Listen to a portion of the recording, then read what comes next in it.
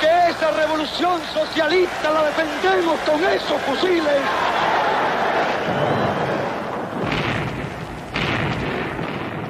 Fidel Alejandro Castro Ruz was born on August 13, 1926 in Bahrain, a former province Cuban East.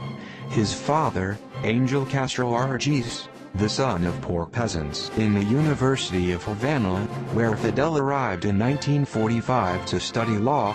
The political atmosphere was so charged that it was often turned in violence. The students that fought against corruption and injustice were targets of the repression. Fidel entered the conflict not as a communist, if not as a radical nationalist passionate by the social justice. On July 26, 1953, a group of young Cubans, with revolutionary ideas and full of eagerness to rid Cuba of the repression to which it was submitted, led by Fidel Castro. The operation was just beginning when a group of the attackers were caught by a military patrol. 61 of the participants died, only 6 in combat, the rest was tortured and murdered.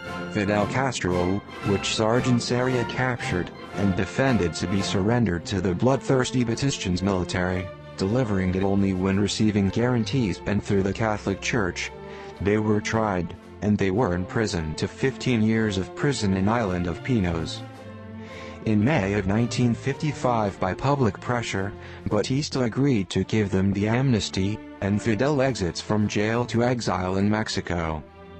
Fidel Castro in Mexico City met Ernesto Che Guevara.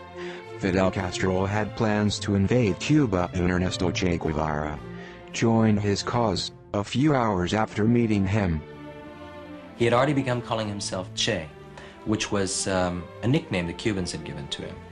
Because when they had first met, he was in the company of other Argentines, and among Argentines, they're always saying Che, Che, Che to one another. It means, hey you. It's a verbal crutch. It's a modism from Argentina. They began calling him El Che Argentino, El Che Guevara. The invasion of Cuba began on December 2, 1956. Che departed from Mexico with Fidel Castro and 80 guerrillas. Che was the doctor of the guerrillas, and had to decide whether to load the bullet box of the machine gun he had or his medical equipment, and finally it was decided by the box of bullets. At the beginning, the Che and all the revolutionaries felt impotent to lose the greater part of his equipment. Of the 82 men that landed, only 22. They meet with the group in the mountains. In the Sierra, Fidel Castro designated to Che Guevara like commander, because he was the most prepared. He knew all the roads. A great support came from the peasants of the Sierra. Some of them were integrated into the struggle. Both men and women soon joined the movement of Fidel Castro, and despite the traditional masculine prejudice, was organized a female battalion. Batista's forces were trained by the United States. 26th of July had a strong underground movement in the cities. There were sabotage efforts against the Batista government and demonstrations and so forth. The Batista government reacted very strongly. Bodies were left by the side of the road. Students, young people who were suspected of being rebel sympathizers were shot, or in some cases jailed and tortured.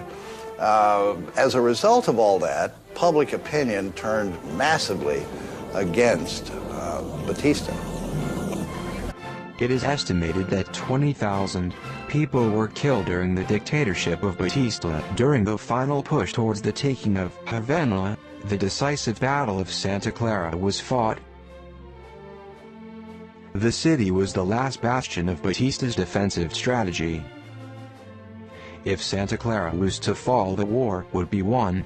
Batista sent the train armed with ammunition and armaments. But the Che and his men used tractors to destroy the railway and derailed the train. The guerrillas seized anti-aircraft guns, bazookas, machine guns and 600 rifles, and a large quantity of ammunition. That battle sealed the revolutionary victory.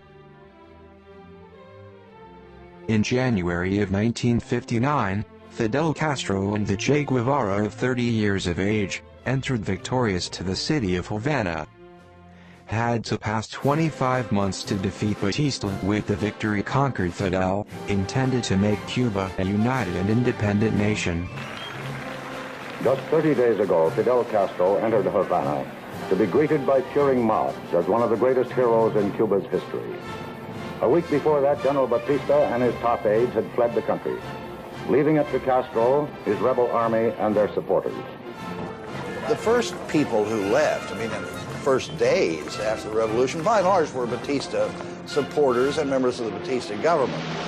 Batista fled the island New Year's Eve of 1959, and many of his supporters followed immediately thereafter. Also in 1959, Fidel Castro toured the United States, hoping to promote a better understanding of the Cuban Revolution.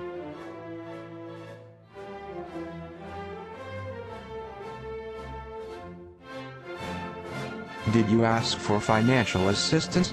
I do not. Here in the U.S. are accustomed to governments to come and ask for money. I came for good relations, for a good understanding, for good economic relations. We are poor people, but in a rich country, we want to work in our rich country.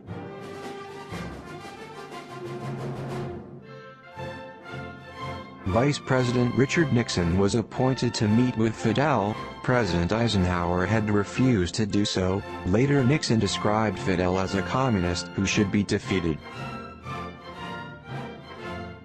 Under Batista, foreigners owned more than 70% of the labor lands. Most of the sugar industry was in the hands of the United States.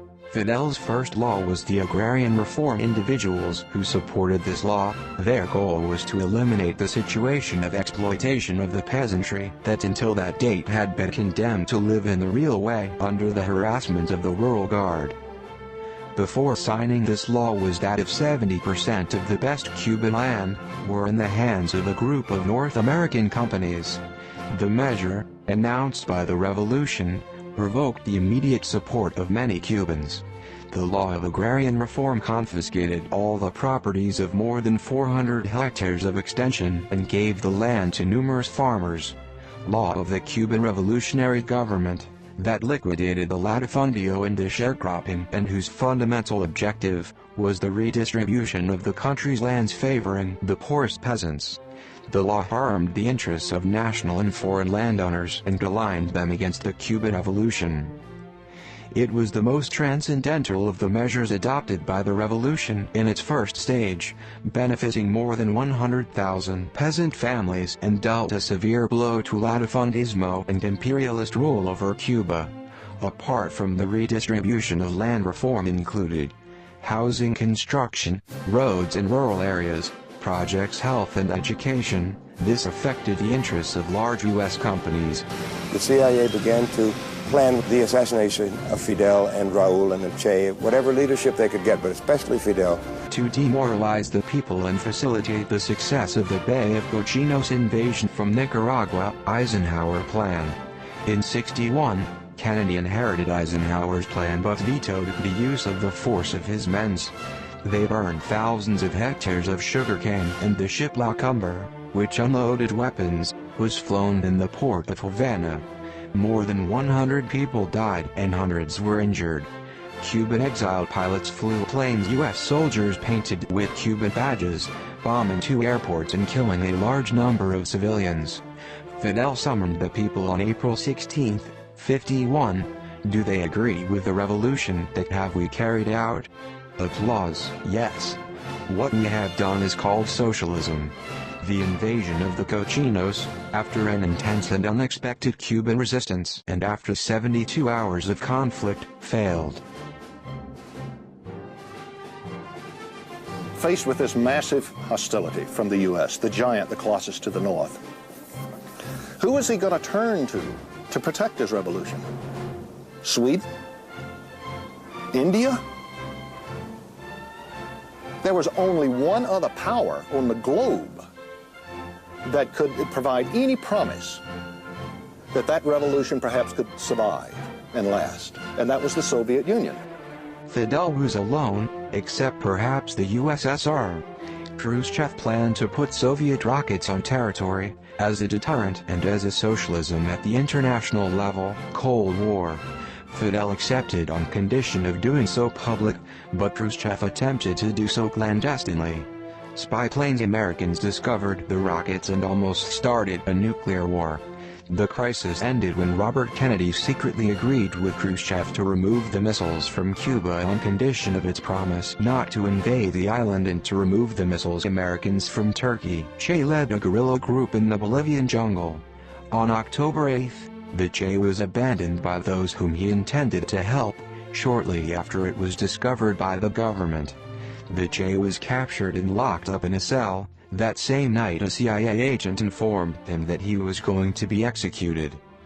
Che reacted by blanching, turning white as a sheet, and then very quickly composing himself and saying, well, it's better, I should never have been captured alive. Tell my wife, Aleida, to marry again and to try to be happy. And tell Fidel that the revolution will triumph. The CIA man then says he felt compelled to hug Che, and then left the room and nodded to the man who was waiting outside, a drunk Bolivian army sergeant, to go in and shoot him from the neck down to make it look as though he had died of wounds in battle. Che was waiting for him, and apparently he was overcome by Che's stare, and he couldn't fire. Che said to him, "Shoot, coward, you're only going to kill a man." The Bolivians were really worried that people wouldn't believe that this body was Guevara. And of course what happened was they then made this rather beautiful image, which was photographed and went around the world, of this unbelievably lifelike face.